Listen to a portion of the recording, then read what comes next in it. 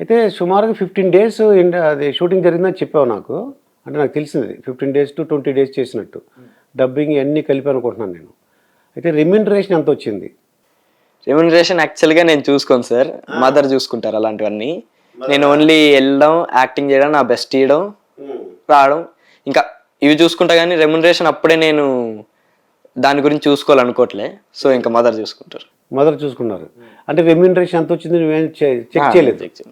అమ్మాయి ఎంత డబ్బులు వచ్చేసినాయి అని? అంతా మా మదర్కి ఇచ్చేస్తాను, మదరే చూసుకుంటారు అంతా మేనేజ్మెంట్. ఏమండి మరి సినిమా చూశారు, షూటింగ్ అప్పుడు మీరు వెళ్ళేవారా?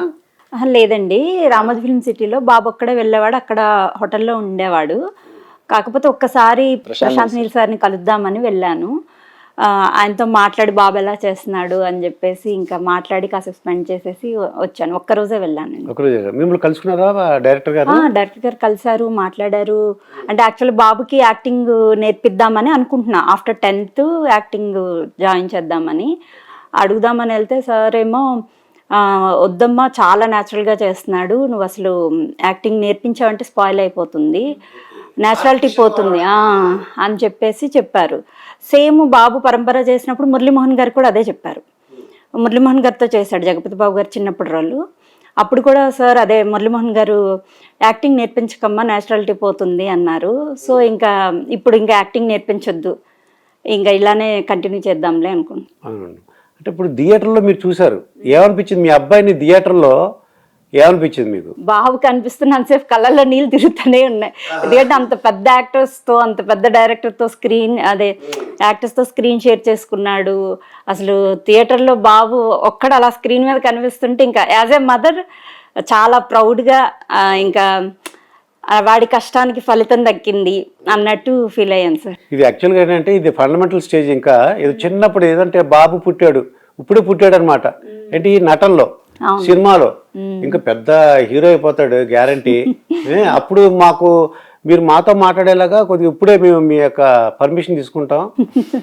తప్పకుండా. ఇప్పుడు ఎక్కడున్నా సరే మాకు ఇంటర్వ్యూ ఇవ్వాలి ఫస్ట్. షూర్ అండి. అయితే మీ రిలేటివ్స్ కానీ హస్బెండ్ ఏమన్నారు, మీ చుట్టాలు ఏమన్నారు? అంటే ఏమవుతుందంటే మదర్గా ఎందుకు సినిమాల్లో పంపించి వాడిని పాడు చేసిన వాళ్ళు ఉంటారు, సంతోషించే వాళ్ళు ఉంటారు. మీకేమనిపించింది? ఫస్ట్లో కొంచెం డిస్కరేజ్మెంట్ ఉంది నాకు. అంటే ఫస్ట్ బాబుకి చిన్నప్పటి నుంచి ఇంట్రెస్ట్, నేను టీవీలోకి వెళ్తా, సినిమాలోకి వెళ్తా అనేవాడు. బయట ఎవరు అడిగిన ఏమవుతావు అని, హీరో అవుతా అనేవాడు. చిన్నపిల్లలు అట్లా అంటారు కదా అని లైట్ తీసుకున్నా.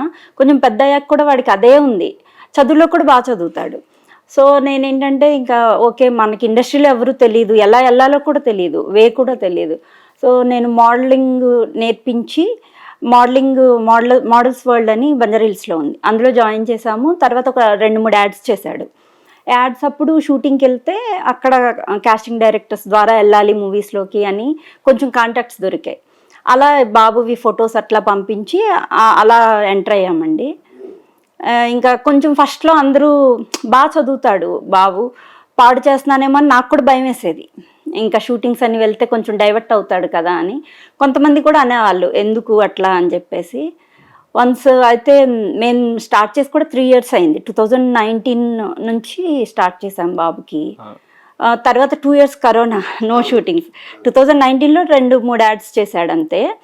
ఆ తర్వాత మ్యూజిక్ స్కూల్ అని ఒక మూవీ చేశాడు. ఇప్పుడు కొన్ని మూవీస్ ఉన్నాయండి, ఒక 4-5 మూవీస్ ఉన్నాయి రిలీజ్కి.